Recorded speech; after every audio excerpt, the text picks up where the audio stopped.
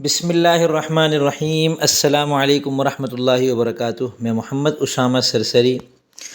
تعلیم النحو میں ہم صفحہ نمبر 53 پر ہیں۔ مرفوعات کا بیان چل رہا ہے اور مرفوعات 8 ہیں۔ ان میں سے پہلی قسم ہے فاعل۔ آج کے سبق میں ہم فاعل کے بارے میں تفصیلات پڑھیں گے کہ فاعل کی نحوی اعتبار سے کون کون سی باتوں کو مد نظر رکھا جاتا ہے۔ سب سے پہلی بات تو یہ ہوتی ہے کہ فاعل کہتے کس کو ہیں، اور فاعل سے پہلے جو فعل ہوتا ہے تو پھر دوسری چیز یہ ہوتی ہے کہ کیا فاعل اپنے فعل سے پہلے آ سکتا ہے اور کیا فاعل مفعول سے پہلے آ سکتا ہے۔ پھر اگلی بحث یہ ہوتی ہے کہ فاعل کا جو فعل ہے وہ واحد تثنیہ جمع میں سے کب کیا ہوتا ہے اور مذکر مؤنث میں سے کب مذکر ہوتا ہے، کب مؤنث ہوتا ہے۔ تو یہ ساری تفصیلات آج کے سبق میں انشاءاللہ آئیں گی سامنے۔ کتاب میں دیکھیں فاعل کا بیان۔ فاعل وہ اسم ہے جو اپنے سے پہلے والے فعل یا شبہ فعل کا مسند الیہ ہو اور اس فعل یا شبہ فعل کا اس کے ساتھ قیام ہو۔ جیسے نجح مؤمن، مومن کامیاب ہو گیا۔ نجح فعل ہے، مؤمن اس کا فاعل ہے۔ اور اقائم ابوہ میں کیا اس کے والد کھڑے ہیں، تو اس میں قائم شبہ فعل ہے اور ابوہ اس کا فاعل ہے۔ تو یعنی فاعل جو ہوتا ہے اس سے پہلے اس کا فعل ہوتا ہے یا پھر شبہ فعل ہوتا ہے۔ فعل تو آپ کو پتہ ہے کیا ہوتا ہے، جسے نجح مؤمن اور جسے آپ نے کرم یکرم، نصر ینصر، ضرب یضرب، سمع یسمع وغیرہ جو افعال پڑھ لیے ہیں وہ سب کے سب فعل ہوتے ہیں، اور ہر فعل کے بعد اس کا کوئی نہ کوئی فاعل لازمی آتا ہے، تو فعل تو اس کو کہتے ہیں۔ اور شبہ فعل کیا ہوتا ہے وہ آگے بتا رہے ہیں۔ شبہ فعل سے مراد اسم فاعل، اسم مبالغہ، صفت مشبہ، اسم تفضیل، اسم فعل اور مصدر ہیں۔ ان ساری چیزوں کو شبہ فعل کہتے ہیں۔ یعنی اسم فاعل جو ہوتا ہے اس کے اندر بھی کوئی نہ کوئی فاعل ہوتا ہے یا اس کا فاعل اس کے باہر آ رہا ہوتا ہے۔ اسی طرح صفت مشبہ جیسے حسن، اور اسم تفضیل جیسے احسن، اور اسم فعل جیسے ہیہات شتانہ، اور مصدر جیسے قیام، النصر، الجعل۔ تو ان میں سے ہر ایک کا جو ہے وہ فاعل اندر ہوتا ہے۔ اگر یہ الفاظ اکیلے استعمال ہو رہے ہوں تب بھی ان کا فاعل ان کے اندر ہوتا ہے، اور بسا اوقات ان کا فاعل باہر اسم ظاہر کی صورت میں بھی نظر آ جاتا ہے۔ تو فاعل سے پہلے یا تو فعل ہوتا ہے یا شبہ فعل ہوتا ہے۔ اور دوسری بات تعریف میں ہم نے یہ پڑھی کہ فعل یا شبہ فعل کا فاعل کے ساتھ قیام ہوتا ہے۔ اس کا کیا مطلب ہے کہ وہ فعل جو ہے وہ اس فاعل کے ساتھ قائم ہو رہا ہوتا ہے، یعنی وجود میں آ رہا ہوتا ہے۔ جیسے نصر زید، زید نے مدد کی، تو اب یہ جو نصرت کا جو فعل ہے، نصر کا جو فعل ہے، یہ کیسے قائم ہوا؟ یہ زید کے ساتھ قائم ہوا۔ زید نے مدد کی ہے تو زید اس کے قیام کی وجہ بنا ہے۔ اب آگے بتا رہے ہیں کہ فاعل کی دو قسمیں ہیں، اسم ظاہر اور اسم ضمیر۔ اسم ظاہر جیسے نصر زید میں زید، اور اسم ضمیر جیسے زید نصر میں نصر کا فاعل ہوا ضمیر ہے۔ یعنی ضمیر تو آپ نے پڑھ لی ہے، ہوا، ہما، ہم، ہی، ہما، ہننا۔ تو فاعل جو ہے وہ کبھی تو ضمیر کی صورت میں ہوتا ہے اور کبھی ضمیر نہیں ہوتا، بلکہ ضمیر کے علاوہ جو الفاظ ہوتے ہیں ان کو اسم ظاہر کہتے ہیں، جیسے زید۔ یعنی جب کوئی اسم ہو اور وہ ضمیر نہ ہو نا تو اس کو ہم اسم ظاہر کہتے ہیں۔ ضمیر کے علاوہ جتنے بھی اسماء ہیں آپ ان سب کو اسم ظاہر کہہ سکتے ہیں۔ تو فاعل کبھی اسم ظاہر ہوتا ہے اور کبھی ضمیر ہوتی ہے۔ اب آگے فاعل کے احکام بتا رہے ہیں۔ سب سے پہلی بات تو کلیہ یہ یاد رکھیں کہ فاعل کو فعل سے پہلے لانا جائز نہیں ہے۔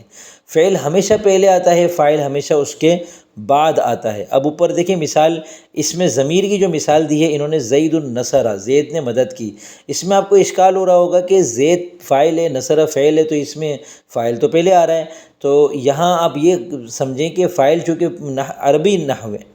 عربی زبان کے علم النحو میں فاعل کبھی بھی فعل سے پہلے نہیں آتا، تو اگر کبھی آ رہا ہو تو اس کو مبتدا بنائیں گے۔ زید مبتدا ہے، نصر فعل ہے، ہوا ضمیر اس کا فاعل ہے جو لوٹ رہی ہے زید کی طرف۔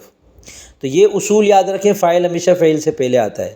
دوسرا اصول کیا ہے کہ عموماً فاعل پہلے اور مفعول بعد میں آتا ہے، ضابطہ تو یہی ہے، لیکن بعض اوقات فاعل مفعول کے بعد بھی آ جاتا ہے، جیسے نصرت حامدن فاطمہ، فاطمہ نے حامد کی مدد کی۔ اور یہ کب ہوتا ہے؟ آپ کو کہنا تھا نصرت فاطمہ تو حامدن، فاطمہ نے حامد کی مدد کی، تو آپ نے فاعل کو بعد میں رکھ دیا، فعل کو مفعول کو پہلے لے آئے۔ تو ایسا کب ہوتا ہے؟ جب کسی چیز پر زور دینا ہوتا ہے نا، تو اس میں تقدیم تاخیر سے کام لیا جاتا ہے۔ اس کا تعلق علم بلاغت، علم معانی کے ساتھ ہے، ٹھیک ہے؟ تو کبھی ویسے تو نارمل بات ہے کہ فاطمہ نے حامد کی مدد کی، ٹھیک ہے نا، لیکن اگر مجھے کلام میں زور پیدا کرنا ہو تھوڑا سا، اور یا پھر شاعری کے اندر اوزان کو ملحوظ رکھ کر ترتیب تھوڑی سی آگے پیچھے کرنی ہو، تو فاعل کو بعد میں اور مفعول کو پہلے لا سکتے ہیں۔ آگے بڑی دلچسپ بات ہے کہ فعل کو واحد تثنیہ جمع کب لاتے ہیں اور فعل کو مذکر مؤنث کب لاتے ہیں۔ یہ اگر آپ کو سمجھ میں آ گئی نا چیز، تو عربی بولنا آپ کے لیے اور اچھا ہو جائے گا، اور بڑی فصیح عربی آپ بولنے لگ جائیں گے۔ آپ کو پتہ چل جائے گا کہ اب مجھے فعل کو کیا لانا ہے، اور کہیں آ رہا ہوگا تو وہاں آپ کو سمجھنا آسان ہو جائے گا۔ تو یہ بتا رہے ہیں کہ 4 صورتیں بتائیے انہوں نے، فعل کو واحد تثنیہ جمع لانے کے اعتبار سے 4 صورتیں بتائیں۔ سب سے پہلی صورت کیا ہے؟ اگر فاعل اس میں ظاہر ہو۔ اچھا، تو کیا ہوگا وہ بعد میں دیکھیں، لیکن پہلے آپ یہ دیکھیں کہ فاعل کے بارے میں انہوں نے کیا کیا بتایا۔ اور دوسری صورت میں انہوں نے بتایا کہ اگر فاعل اس میں ضمیر ہو، اور تیسری صورت میں انہوں نے بتایا کہ اگر فاعل جمع مذکر مکسر کی ضمیر ہو، اور چوتھی صورت میں انہوں نے بتایا کہ اگر فاعل جمع مؤنث سالم یا جمع مؤنث مکسر کی ضمیر ہو۔ تو فاعل تو دیکھیں یا تو ضمیر ہوگی یا اس میں ظاہر ہوگا، یعنی ضمیر اس میں ضمیر ہوگا یا اس میں ظاہر ہوگا۔ ضمیر میں 3 صورتیں ہیں۔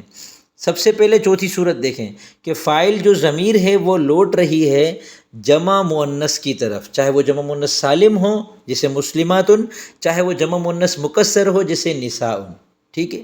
تو یا تو فاعل کی ضمیر جو لوٹ رہی ہے وہ جمع مؤنث کی طرف لوٹ رہی ہوگی، تو چوتھی صورت بنے گی۔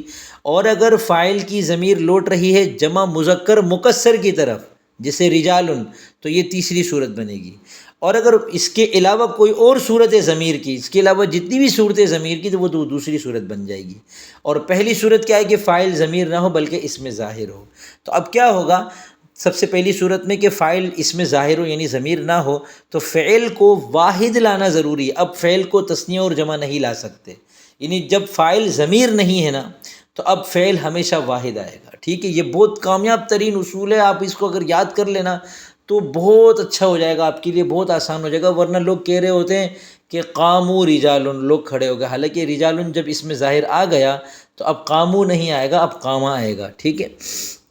جیسے نصر زید، نصر الزیدانی، نصر الزیدون، چاہے ایک زید نے مدد کی ہو، چاہے 2 زیدوں نے مدد کی ہو، چاہے کئی زیدوں نے مدد کی ہو، نصرہ ہی آئے گا، نصرا یا نصرو نہیں آئے گا، کیونکہ نصرا میں تو تثنیہ کی ضمیر آ گئی، اب ضمیر فاعل بن جائے گی۔ نصرو میں جمع کی ضمیر آ گئی تو ضمیر فاعل بن جائے گی، جبکہ فاعل باہر موجود ہے تو اب فعل کو واحد ہی رکھیں گے۔ دوسری صورت کیا ہے کہ فاعل اس میں ضمیر ہو، ٹھیک ہے نا؟ تو اب اس میں سے تیسری اور چوتھی صورت تو مستثنیٰ ہو جائے گی، اس کے علاوہ باقی صورتوں میں حکم یہ لگے گا کہ فعل کو فاعل کے مطابق لانا ضروری ہے۔ اب چاہے فاعل اگر واحد ہے تو فعل واحد آئے گا، فاعل اگر تثنیہ ہے تو فعل تثنیہ آئے گا، فاعل اگر جمع ہے تو فعل کو جمع لائیں گے، ٹھیک ہے؟ جیسے زید نصر، الزیدان نصرا، الزیدون نصرو۔ نصر نصرا نصرو میں جو ضمیر ہے وہ پیچھے لوٹ رہی ہے زیدن زیدانی زیدون کی طرف، تو اس کے مطابق آ رہی ہے۔ تیسری صورت یہ کہ فاعل جمع مذکر مکسر کی ضمیر ہو، مطلب یہ کہ فاعل ضمیر ہو اور جس لفظ کی طرف لوٹ رہی ہو وہ جمع مذکر مکسر ہو۔ جمع مذکر مکسر کیا ہوتا ہے؟ جمع مکسر جس میں واحد کا وزن ٹوٹ رہا ہوتا ہے اور وہ مذکر ہو، یہ 2 قیدیں ہیں۔ تو اب اس صورت میں فعل کو واحد مؤنث بھی لا سکتے ہیں اور جمع مذکر بھی لا سکتے ہیں، جیسے الرجال قامت اور الرجال قاموا۔ اب قامت اور قاموا کے اندر جو ضمیر ہے وہ لوٹ رہی ہے الرجال کی طرف، الرجال جمع مکسر ہے اور مذکر ہے، لہذا اب قامت بھی لا سکتے ہیں واحد مؤنث کی ضمیر، اور قاموا بھی لا سکتے ہیں جمع مذکر کی ضمیر۔ کیوں؟ آپ کہیں گے یہ اتنے سارے لوگوں کو واحد مؤنث کیوں بنا دیا؟ عربی کے اندر ایک قاعدہ یاد رکھیں کہ جمع مکسر واحد کے حکم میں ہوتی، واحد مؤنث، جمع مکسر جو ہے وہ واحد مؤنث کے حکم میں ہوتی ہے ہمیشہ۔ چوتھی صورت یہ کہ اگر فاعل جمع مؤنث ہو، اب چاہے وہ جمع مؤنث سالم ہو یا جمع مؤنث مکسر کی ضمیر ہو، ان کی طرف، یعنی فاعل ضمیر ہے جس لفظ کی طرف لوٹ رہی ہے وہ مسلمات ان کے قبیل سے ہے یا نساء ان کے قبیل سے ہے، تو اب اس صورت میں فعل کو واحد مؤنث اور جمع مؤنث دونوں لانا جائز ہے، جیسے المسلمات جاءت، المسلمات جئنا۔ النساء جاءت، النساء جئنا، جاءت میں واحد مؤنث کی ضمیر ہے، جئنا میں جمع مؤنث کی ضمیر ہے، دونوں صورتیں جائز ہیں۔ تو یہ فعل کو واحد تثنیہ جمع لانے کا قاعدہ تھا، جس کا خلاصہ یہ ہے کہ فاعل یا تو اس میں ظاہر ہوگا یا اس میں ضمیر۔ اگر اس میں ظاہر ہے تو فعل ہمیشہ واحد آئے گا، اگر فاعل ضمیر ہے تو اب یہ دیکھو کہ جس لفظ کی طرف ضمیر لوٹ رہی ہے وہ لفظ کیا ہے۔ اگر وہ لفظ جمع مؤنث ہے تو فاعل کو واحد مؤنث بھی لا سکتے ہیں، جمع مؤنث بھی لا سکتے ہیں، اور اگر وہ لفظ جمع مذکر مکسر ہے تو فاعل کو واحد مؤنث بھی لا سکتے ہیں، جمع مذکر بھی لا سکتے ہیں، اور اس کے علاوہ ہر صورت میں فعل کو فاعل کے مطابق لانا ضروری ہے۔ اگلا بیان ہے فعل کو مذکر مؤنث لانے کا قاعدہ۔ فعل ضربہ کب آئے گا، ضربت کب آئے گا، یہ والا اصول۔ تو اس میں انہوں نے بتایا کہ دو صورتیں بتائی ہیں اور دو قسمیں بتائی ہیں۔ پہلی قسم یہ ہے کہ دو صورتوں میں فعل کو واحد مؤنث لانا ضروری ہے۔ پہلی صورت یہ ہے کہ فاعل اس میں ظاہر مؤنث حقیقی ہو اور فعل اور فاعل کے درمیان فاصلہ نہ ہو، یعنی فعل اور فاعل کے درمیان کوئی لفظ نہ آ رہا ہو، جیسے قامت ہندن، ٹھیک ہے۔ قامت فی الدار ہندن اگر ہوتا نا تو ہندن اور قامت کے درمیان یہ فاصلہ آ جاتا، تو یہ فاصلہ یہاں پر نہیں ہے۔ تو اب یہاں پر فاعل کو اس میں ظاہر مؤنث دو صورتوں میں فعل کو واحد مؤنث لانا ضروری ہے، تو لہٰذا یہاں پہ فاعل کو واحد مؤنث لانا ضروری ہے۔ دوسری صورت کیا ہے، فاعل مؤنث کی ضمیر ہو، چاہے مؤنث حقیقی ہو یا غیر حقیقی ہو، جیسے ہندن قامت الشمس طلعت۔ اب اس میں جو فاعل ہے وہ مؤنث کی ضمیر ہے، ہندن مؤنث حقیقی ہے جس کا مذکر ہوتا ہے، جس کا مذکر موجود ہوتا ہے، اور الشمس مؤنث غیر حقیقی ہے جس کا کوئی مذکر موجود نہیں ہے، کوئی محرم نہیں ہے بیچارے کا۔ تو اب شمس کہتے ہیں سورج کو، اور ہندن نام ہے خاتون کا۔ ہند کھڑی ہو گئی اور سورج طلوع ہو گئی نہیں ہوگا، اردو میں چونکہ سورج مذکر ہے اس لیے اس کو اردو میں کہیں گے سورج طلوع ہو گیا، ٹھیک ہے، لیکن عربی اس کی یہی بنے گی الشمس طلعت۔ اب یہاں پر قامت اور طلعت کو واحد مؤنث لانا ضروری ہے، ٹھیک ہے۔ تین صورتوں میں فعل کو مذکر مؤنث دونوں لانا جائز ہے۔ پہلی صورت یہ ہے کہ فاعل اس میں ظاہر مؤنث حقیقی ہو اور فعل اور فاعل کے درمیان فاصلہ آ جائے، جیسے ضرب الیوم ہندن۔ اب اس کو ضربت الیوم ہندن بھی کہہ سکتے ہیں، ضرب الیوم ہندن بھی کہہ سکتے ہیں، کیونکہ اس کے فعل اور فاعل کے درمیان فاصلہ آ گیا الیوم کی صورت میں۔ دوسری صورت یہ ہے کہ فاعل اس میں ظاہر مؤنث غیر حقیقی ہو، جیسے طلع الشمس طلعت الشمس۔